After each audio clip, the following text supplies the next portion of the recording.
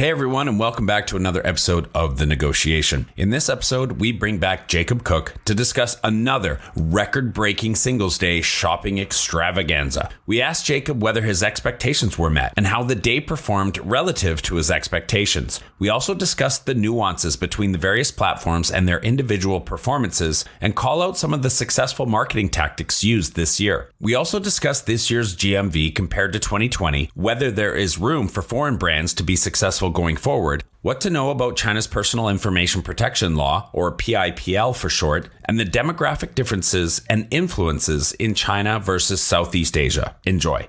They really allowed customers to sort of center their attention on the live streamers because these aren't just one or two people in these operations. In a lot of cases, they've got hundreds of people that are scouring for partners on the different products that are the best deal. So when people see products on these shows, they know already that it's the best price. You know, if you look back to buying behavior from a couple of years ago, people would have an eye on buying a certain type of product. They'd look around, they'd shop around. Now that we're not getting a whole bunch more users onto Tmall year after year like we were before, what's happening now is there's mechanisms in place for people to buy more. So if they see that lipstick, they don't need to go make 10 searches to make sure they're getting the best price. The streamers are guaranteeing that they're going to get the best price, giving them more time for shopping.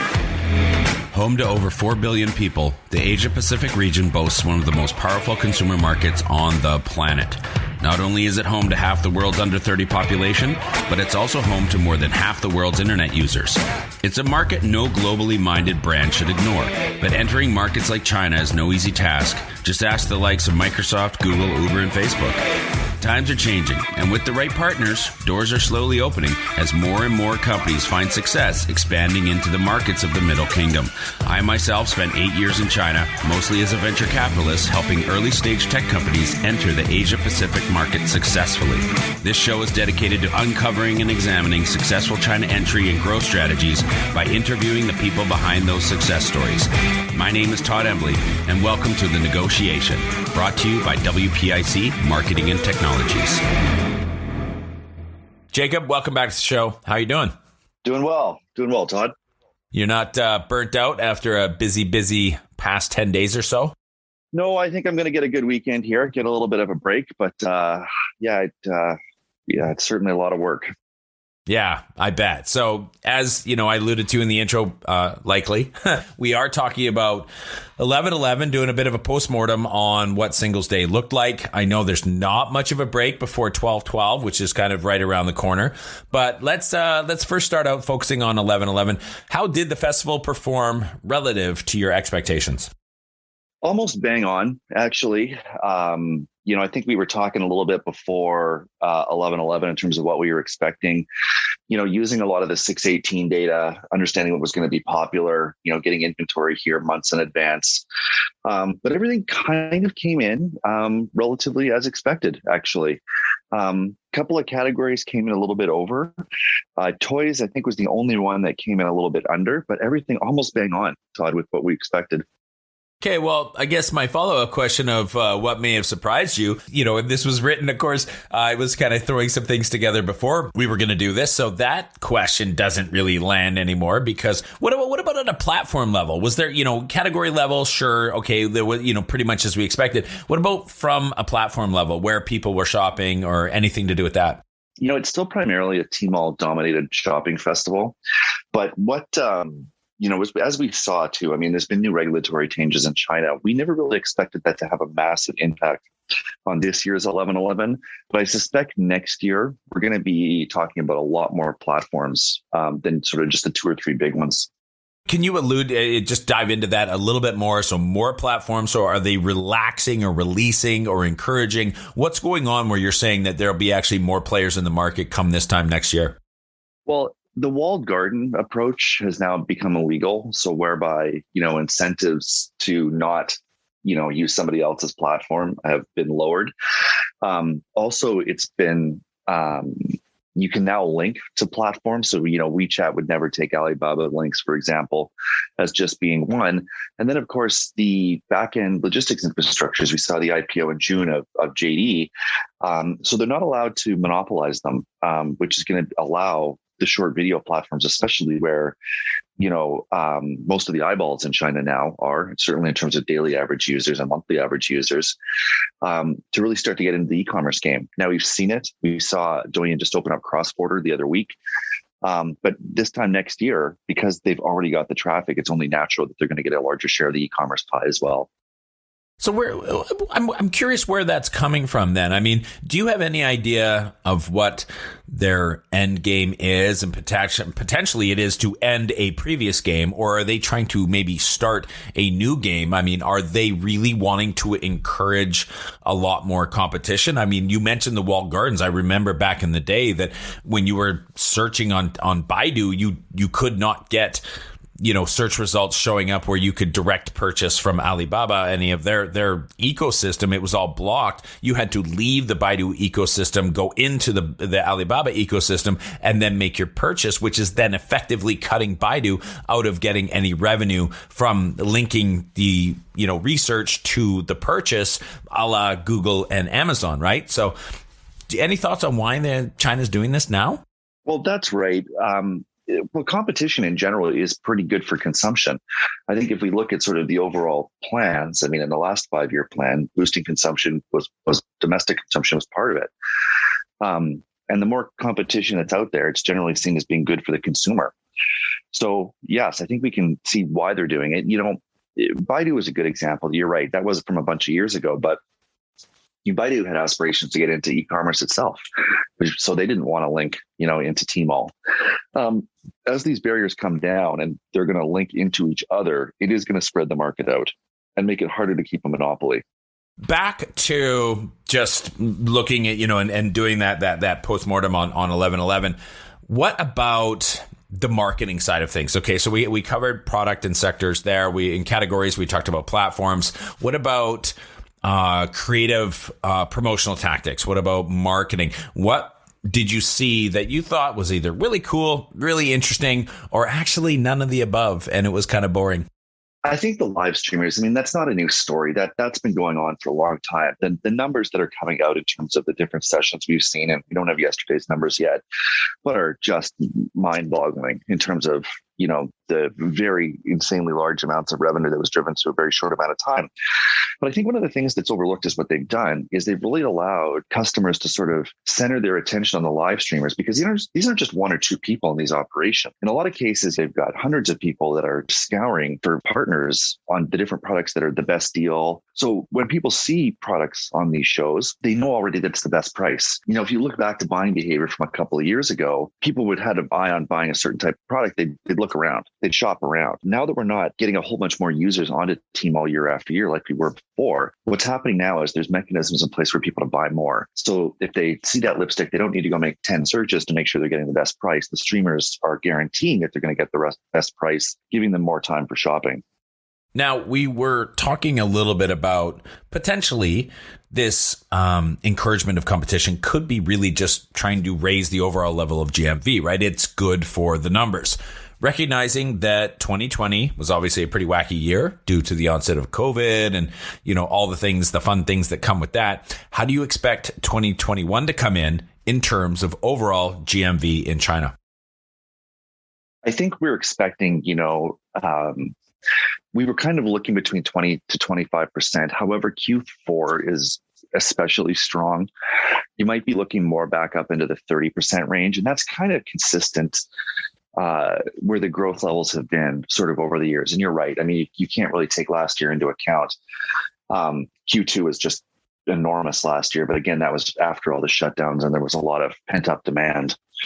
But, I think we're still, certainly north of 20, yet to see some of the numbers that are coming in. Wouldn't surprise me if they get as high as 30. Yeah, and that would be great. I think just generally speaking, we love to see good, healthy numbers, good, healthy economy numbers, even though maybe a lot of the world isn't feeling as healthy.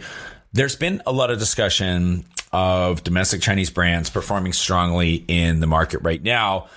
But, you guys at WPIC are still onboarding foreign brands pretty regularly.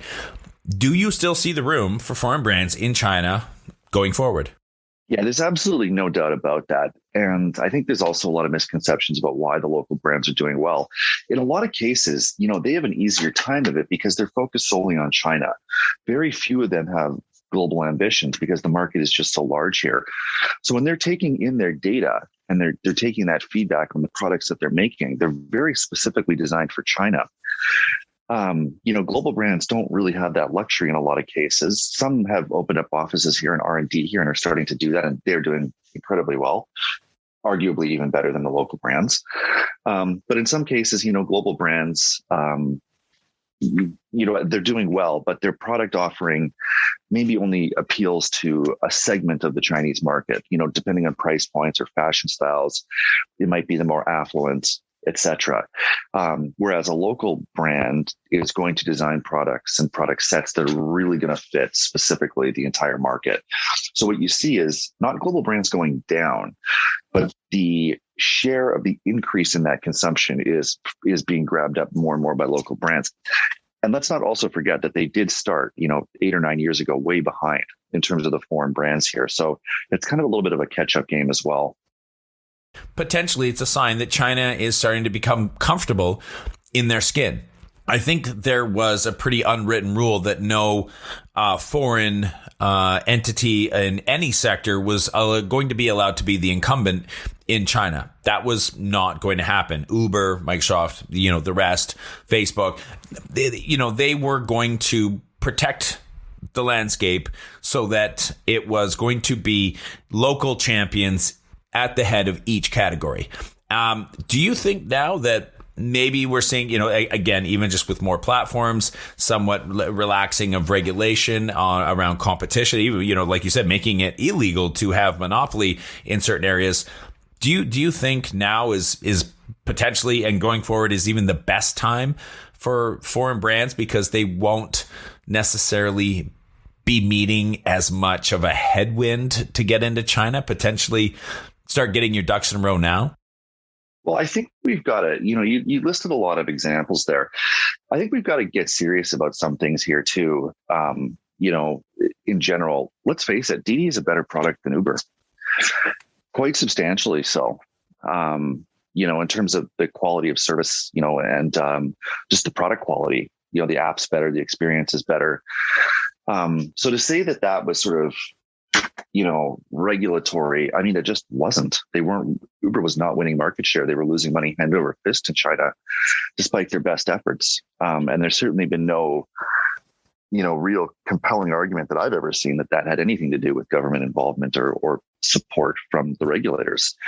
So in a lot of cases, these brands are worthy of competition. So, and quite frankly, putting up a walled garden around China, the vast majority of products that are produced here are exported.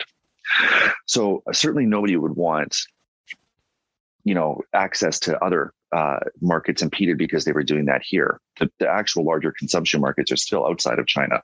China does have a long way to grow. It's not even the number one consumption market in the world, despite how much, e-commerce activity goes on here. Yeah, that's a good point. What are you watching in the China commerce space, e-commerce or otherwise, as we head into 2022? What other platforms, regulatory changes, all the things that we've mentioned, what are you going to be paying close attention to as key indicators? I think there's going to be a lot more platforms. I think that, there's going to be a lot more key players. I think it's something that we've been preparing for quite a while. I might have, if you were asking me this time last year, probably thought Douyin was going to take a larger portion of e-commerce growth at this point. But it's absolutely happening. Kuaishou's numbers, I'm not sure how reliable they are, but in terms of their live streamers, are starting to catch up with Tmall's. So there are other players out there that are starting to, erode into this. And the fact that, they can easily access these new open logistics networks. It took Tmall 10 years to build up the Sign Out network. JD probably 5 or 6 years. And now that they've been spun out and they can't just exclusively serve their previous parent codes, it's going to make the barrier to entry a lot lower for some of these platforms. And again, they've already got hundreds of millions of users on them watching their video content. It's not a hard stretch to commercialize that. We have to talk about the PIPL, which is China's Personal Information Protection Law. Maybe explain a little bit about what the PIPL is. And for those who don't know, China just instituted the PIPL around consumer data privacy, right? Can you talk a little bit about what that means for consumers, for foreign brands in the market, local brands, local platforms, local providers, ICPs, the rest? And what do you think the net effect is going to be over the next 5 years? Well, for one, I don't think we're done with the regulators in terms of what's done with personal data. I think that's actually going to be further enhanced. I think what's happened this year too, it's also not the first time a new law has come into place. I think what's actually happened this year is the regulators have started to actually take action to make people take those new laws seriously. But it's certainly going to affect retargeting. I mean, it's not maybe from a merchant point of view so noticeable yet. I mean, most people were storing their data in China and encrypting it. But in terms of how the big boys are using it, the information that they have to retarget now is going to be limited.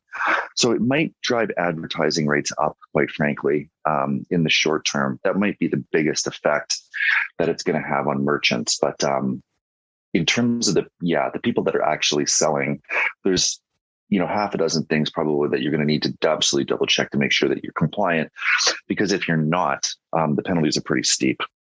Let's break a little bit of news here for our listeners. Can you introduce, and I'm going to be intentionally vague here, can you introduce what WPIC Marketing Technologies is doing in Southeast Asia right now? Yeah, certainly. So we've been working on this for quite a while, but we have now actually opened up more partnerships with platforms across Southeast Asia, including Shopee and Lazada. That's now going to be covering 8 markets in Southeast Asia, which is pretty much everything. And this is just sort of part of our global expansion plans. We've been in Japan now for a couple of years, and we really want to be able to maximize the services that we're being able to offer our clients. So, if we already are taking inventory out into this part of the world, we want to be able to provide as many front ends on our existing back end infrastructure as possible. It's been a strategy for a couple of years, but it's really starting to take off. That's amazing. Love it. I can't wait to see where that goes. I think it's going to be huge. I think it's really important.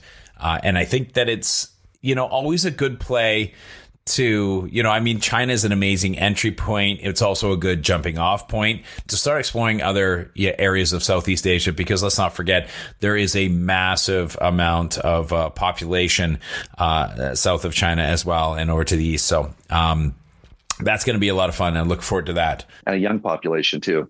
Yeah, that's right. Talk to us a little bit about what demographic differences you're seeing between China, which we know is a bit of an aging population, versus Southeast Asia. Same, different, how, why? Well, it's exactly right. E-commerce has normally been adopted by younger consumers first. It's been easier. Now, actually, China's done a really good job of making sort of e-commerce universal. It actually still amazes me, even how the older generations have really adjusted behavior, like from going to the markets and picking up your groceries to being able to buy this stuff online. That was thousands of years of culture that was able to be modernized in a very short amount of time. But when you look at the growth rates now in Southeast Asia, they have a very young population. Their GMV numbers are some of the highest growth in the world. And it is, once you start putting that area together, it's, you're talking in the hundreds of millions.